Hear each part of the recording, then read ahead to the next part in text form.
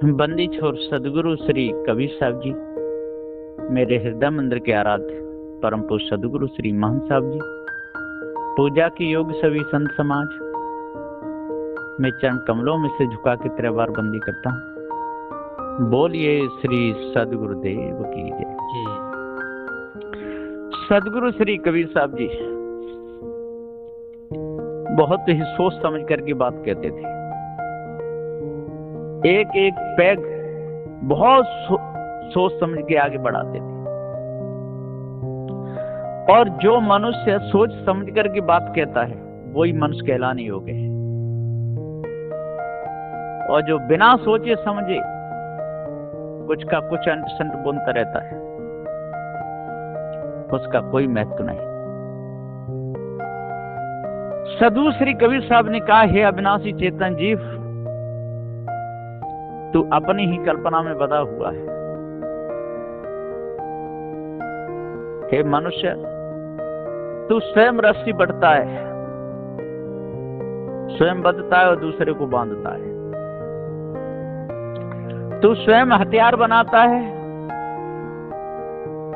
और उन्हीं हथियारों से स्वयं अपनी घात करता है और दूसरे की घात करता है। तो अपने आप को भूल करके और अपने ऊपर कोई दिव्य शक्ति मान करके तू भूला हुआ है। इस भूल ने तेरे को लाचार बना दिया, बिल्कुल गिरा दिया। जय मार्ग गए पंडिता, तेई गई बहीर। ऊंची घाटी राम की, तेई चढ़ रहे कबीर। ये लोग कहते हैं जिस राह से बड़े बड़े ज्ञानी गए, बड़े बड़े ध्यानी गए, उसी राह से चलना चाहिए। और सदगुरुदेव जी कहते हैं कि नहीं, विचार भी करना चाहिए। पहले के लोग कच्चे मकानों में रहते थे, क्या आज भी कच्चे मकानों में रहना चाहिए? पहले के लोग पैदल चलते थे, कम से कम 5-5, 6-6 दिन में बाजार करके लौटते थे, सिर पे रख करके लाते थे सारा सामान। क्या आज पहले जैसा ही करना चाहिए? जो यात्रा 5-5, 6-6 दिन में करते थे, आज उतनी यात्रा 2 घंटे में हो जाती है। इसलिए विचार करना चाहिए, विवेक से काम लेना चाहिए। इतने यंत्र बनाए मनुष्य ने, मनुष्य के काम में आ रहे हैं, दूसरों के काम में आ रहे हैं, और वो यंत्र अपना भी घात कर रहे हैं और दूसरे का भी कर रहे हैं। यदि पहले की परंपरा के अनुसार ही चला जाए तो पक्के मकानों में रहना ही नहीं चाहिए। पैदल डोर डोर करके जीवन खराब कर देना चाहिए। पहले कहते थे सूर्य घूमता है, पृथ्वी नहीं घूमती। आज पता चल गया कि सूर्य अपनी जगह पे रहता है और पृथ्वी ही सूर्य के चक्कर लगा रही है। क्या इस निर्णय की बात को नहीं मानना चाहिए? ये प्रत्यक्ष है।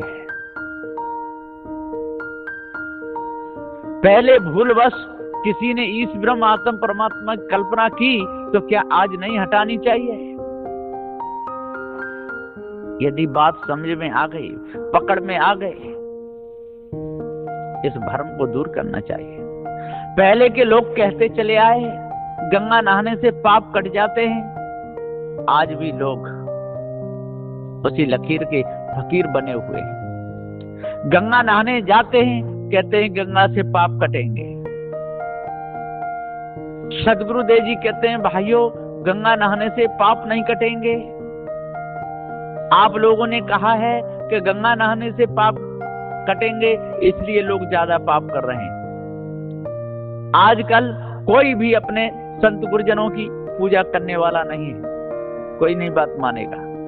माता पिता की कोई बात मानने वाला नहीं, कोई उनकी पूजा करने वाला नहीं। क्यों नहीं पूजा करते? कारण क्या है कि गंगा नहाने से पाप कटी जाएंगे, ऐसा लोगों के अंदर भ्रम लगा हुआ है। सदूसरी कबीर साहब का निर्णय है, सज्जनों, गंगा नहाने से कभी पाप नहीं कटेंगे। इस भ्रम को अपने अंदर से निकाल देना चाहिए। ये झुंड के झुंड गंगा नहाने जा रहे हैं और समझ रहे हैं अब पाप कटेंगे। लड़की लड़के सब जा रहे हैं, इसलिए तो जवानी में ही बिगड़ जाते हैं कि गंगा नहाने से पाप कट जाएंगे। फिर दोनों मिलकर के गंगा नहाते हैं, अब पाप कट गए। इस भ्रम को बिल्कुल त्यागो, इन मायावी गुरबा लोगों की बातों को मत मानो। गंगा नहाने से पाप नहीं कटेंगे। यहाँ गंगा एक नदी है, उसमें जल भरा हुआ है, वो गंगा नाम भी मनुष्य ने रखा है। हाँ, नहाने से ठंडक मिलेगी, पानी पीने से प्यास बुझेगी, इतना हो सकता है। कपड़े गंदे हैं, धो करके डाल दो, कपड़े का मैल निकल सकता है। आपको गर्मी लग रही है, खूब गंगा में मिल मल के नहा लो, लेकिन आप समझो कि पाप कट जाए तो पाप नहीं कटेंगे। किसी भी पूजा पद्धति से पाप कटने वाले नहीं है। पाप कर्मों को बंद करोगे तो पाप नहीं बनेंगे, पाप करते रहोगे पाप बनते रहेंगे। पाप दिन और रात करते रहोगे पाप बनते रहेंगे। पाप करना बंद कर दोगे, पाप उस दिन से नहीं होंगे, और जितने हो गए उतने तो हो गए, उनका तो दंड भोगना ही पड़ेगा। तो सद्गुरुदेव जी कहते हैं, लोगों के अंदर ऐसा भ्रम लगा है, माला फेरो पाप कट जाएंगे, शंख बजाओ पाप कट जाएंगे, नाम स्मरण करो पाप कट जाएंगे, गंगा नहाओ पाप कट जाएंगे, हवन कर दो पाप कट जाएंगे, यज्ञ कर दो पाप कट जाएंगे, सप्ताह कर दो पाप कट जाएंगे, सत्संग करा दो पाप कट जाएंगे। इससे पाप कटने वाले नहीं है। अरे पाप कर्मों को बंद करो बिल्कुल जड़ मूल से, फिर नए पाप नहीं बनेंगे तो कट ही गए। खेत में अनाज बोते रहोगे होता रहेगा, और बोना बंद कर दोगे नहीं होगा। तो सद्गुरुदेव जी पुकार के समझाते हुए कह के बुरे कर्म करते रहोगे, उन कर्मों का फल भोगते रहोगे, और बुरे कर्म नहीं करोगे तो कैसे फल भोगोगे? नहीं भोगोगे। इसलिए गंगा यमुना के नहाने से किसी के पाप नहीं कटते। सज्जनों, सत्संग से बात समझ में आती है, सत्यनारायण निर्णय की। हर समय यदि ध्यान रखोगे तो बात बनेगी। बाजार में जाओगे ध्यान रखना ही पड़ेगा, कहीं चलोगे ध्यान रखना ही पड़ेगा। हर समय ध्यान रखो, हर समय ध्यान रखो। भोजन पाते समय ध्यान रखो, चलते समय ध्यान रखो, आते जाते समय ध्यान रखो, उठते समय ध्यान रखो। भोजन पाओ बड़े हिसाब से पाओ, ध्यान रखो। यदि 4 रोटी है खानी है, स्वाद स्वाद में 8 खा गए तो परेशानी होगी। इसलिए ध्यान रखो, हर समय ध्यान रखो। ध्यान रखना ही ध्यान करना है। विचार से रहोगे, विचार से चलोगे तो बात बनेगी। यदि विचार से नहीं करोगे, विचार से नहीं चलोगे तो बात नहीं बनेगी। कहां पर बैठना, कहां पर नहीं बैठना, ध्यान रखो। शराब की जगह पे बैठोगे पकड़े जाओगे, जुआ के फड़ पे जाके बैठोगे पकड़े जाओगे, बचोगे नहीं। ध्यान नहीं रखोगे तो आपका मन बिगड़ जाएगा। ध्यानम निर्विषय मनः, मन को निर्विष करना ही ध्यान है। इसलिए मन को बस में रखो, पवित्र विचार रखो, बुरे कर्म मत होने दो, तो आपको कर्म का फल नहीं भोगना पड़ेगा। और कर्म करते रहोगे तो कर्म का फल भोगना पड़ेगा। चाहे आप गंगा जी के पास ही जा करके अपनी झोपड़ी बना के वहीं रहो, रोज मछली खाओ और डुबकी लगाते रहो, उससे पाप नहीं कटेगा। मछली खाने का पाप लगेगा ही लगेगा। कोई लोग कहते हैं, मैं गया था सोरों गंगा की तरफ घूमने के लिए, एक मछुआरा मछली मार रहा। मैंने, भैया तेरा इन मछलियों ने क्या बिगाड़ा है? इनको तू मार रहा है, तेरे बाल बच्चों को कोई मारे, तेरे को कोई मारे, तुझे कैसा लगेगा? हम तेरे सिर में पत्थर दें और तू मर जाए और गंगा नहा ले तो पाप कट जाएगा?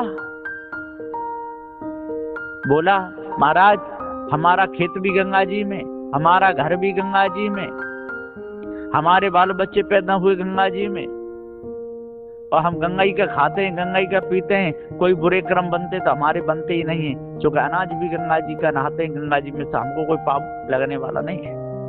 यदि हम मर भी गए तो पाप नहीं लगेगा, हम तर जाएंगे, है ना। हम तो गंगा जी की खेती का सब खा रहे हैं। गंगा जी में खेती है, उसमें अनाज का तो वो खा रहे हैं, और गंगा जी में हमारी खेती में मछलियां पकड़ रहे हैं। ये हमारी खेती है, हमको पाप नहीं लगेगा। उसे मैंने बहुत समझाया, मैंने भैया ऐसा नहीं होता है, पाप लगेगा। ऐसा कर, तेरे हाथ में और ये चाकू है, कुल्हाड़ी है, इसको अपने पैर में मार काट के गंगा जी में बोल दे, देखे वो जुड़ जाएगा तेरा पैर। कटा हुआ पैर यदि गंगा में डुबाने से यदि जुड़ जाए तो हम समझ लेंगे तेरे पाप कट जाएंगे। लेकिन ऐसा होगा नहीं। न फूटी हुई आंख यदि गंगा में डुबकी लगाने से ठीक हो जाए तो हम समझने पाप कट जाएंगे। निरे कोड़िया पड़े हुए गंगा जी के किनारे यदि गंगा जी का पानी लगाने से उनका कोड़ ठीक हो जाए तो हम समझ लेंगे कि गंगा नहाने से तेरे पाप कट जाएंगे। सज्जनों, किसी का नाम लेने से पाप नहीं कट सकते। गंगा यमुना नहाने से पाप नहीं कट सकते। नाम जपने से पाप नहीं कट सकते। नाम जप करने से हमारी प्यास नहीं बुझ सकती। नाम जप करने से हमारा पेट नहीं भर सकता। खाली नाम जपते रहे हमारे संस्कार अच्छे नहीं बन सकते। नाम के अनुसार काम करना पड़ेगा, नाम भी लेना पड़ेगा और काम भी करना पड़ेगा। जैसे रोटी बना लो, ये नाम हो गया। फिर आटा लेना पड़ेगा, आटा लगाना पड़ेगा, सब्जी लेनी पड़ेगी, अमनिया करना पड़ेगा, सब्जी बनानी पड़ेगी, रोटी भी बनानी पड़ेगी, थाली भी मांजनी पड़ेगी, पास करके भी लाना पड़ेगा, हाथों से कौर तोड़ना भी पड़ेगा, मुख में देना पड़ेगा, दांतों से चबाना भी पड़ेगा, फिर नीचे गली से उतारना पड़ेगा। कर्म करना ही पड़ेगा। सद्गुरुदेव जी पुकार के समझाते हुए कहते हैं शुभ और अशुभ दो प्रकार के कर्म हैं, और शुभ अशुभ में भी तरने के कर्म कौन से हैं, भाव बंधनों से छूटने के कर्म कौन से हैं, वहां ध्यान देना पड़ेगा। वो ध्यान सद्गुरु श्री कबीर साहब ने दिया। कोई शुभ कर्म करते रहे, कोई अशुभ कर्म करते रहे, संसार में ही बंधे रहे, सद्गुरु श्री कबीर साहब ने शुभ और अशुभ दोनों कर्मों के ऊपर विचार किया, इसलिए बच गए।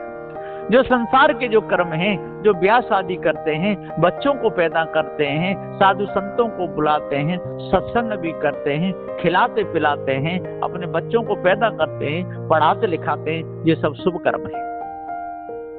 अशुभ कर्म कहिए, चोरी भी करते हैं, हिंसा भी करते हैं, व्यभिचार भी करते हैं, माल भी चुराते हैं, दूसरों को धोखा देते हैं, दूसरे के धन को खा जाते हैं, ये सब अशुभ कर्म है। शराब पीना अशुभ कर्म है, मांस खाना अशुभ कर्म है, किसी गला काटना अशुभ कर्म है। और शुभ के भी ऊपर महाशुभ बंधनों से छूटने के जो कर्म है वो संसार से उपराम होना ही है।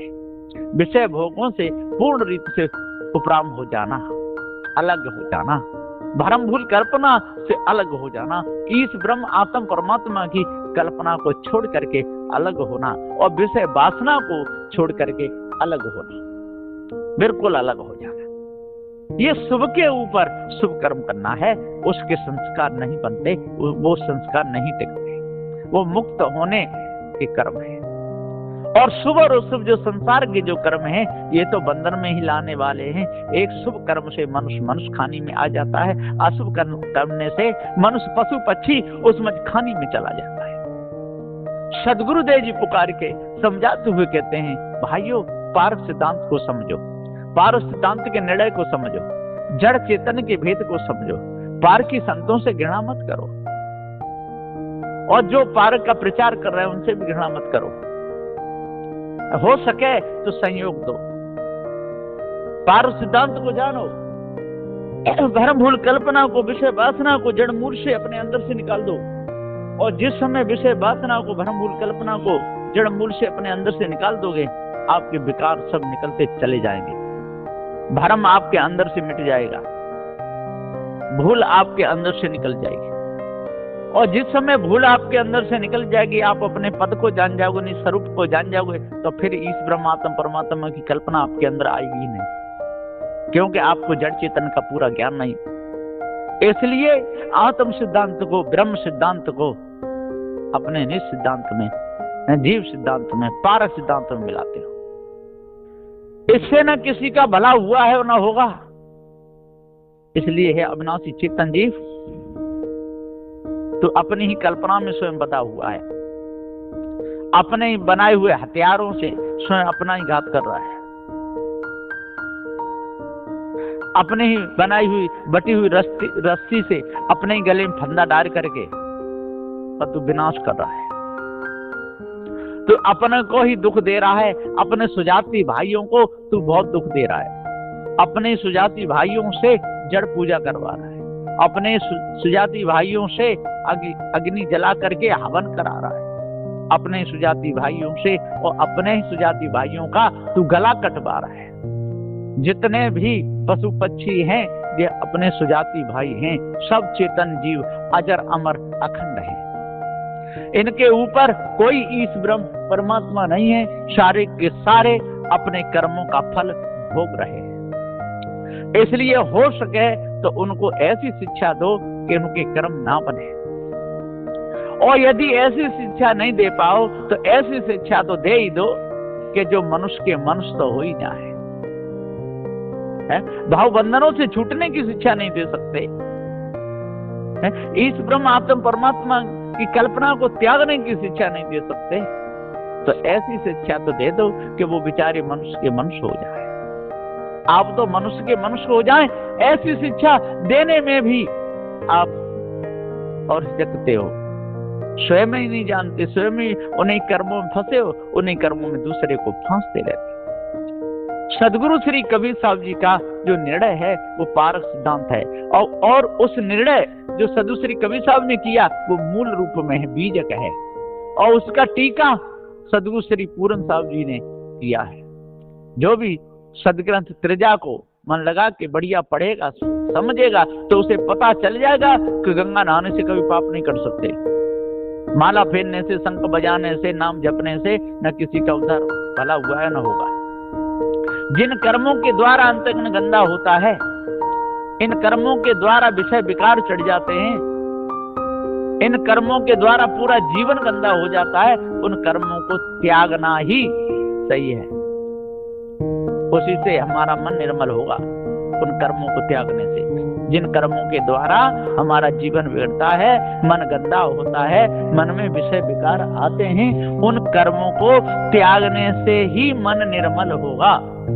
इस ब्रह्म परमात्मा की भक्ति से, माला फेरने से न किसी का मन निर्मल हुआ है न होगा। गंगा यमुना नहाने से न किसी के पाप कटे हैं न कटेंगे।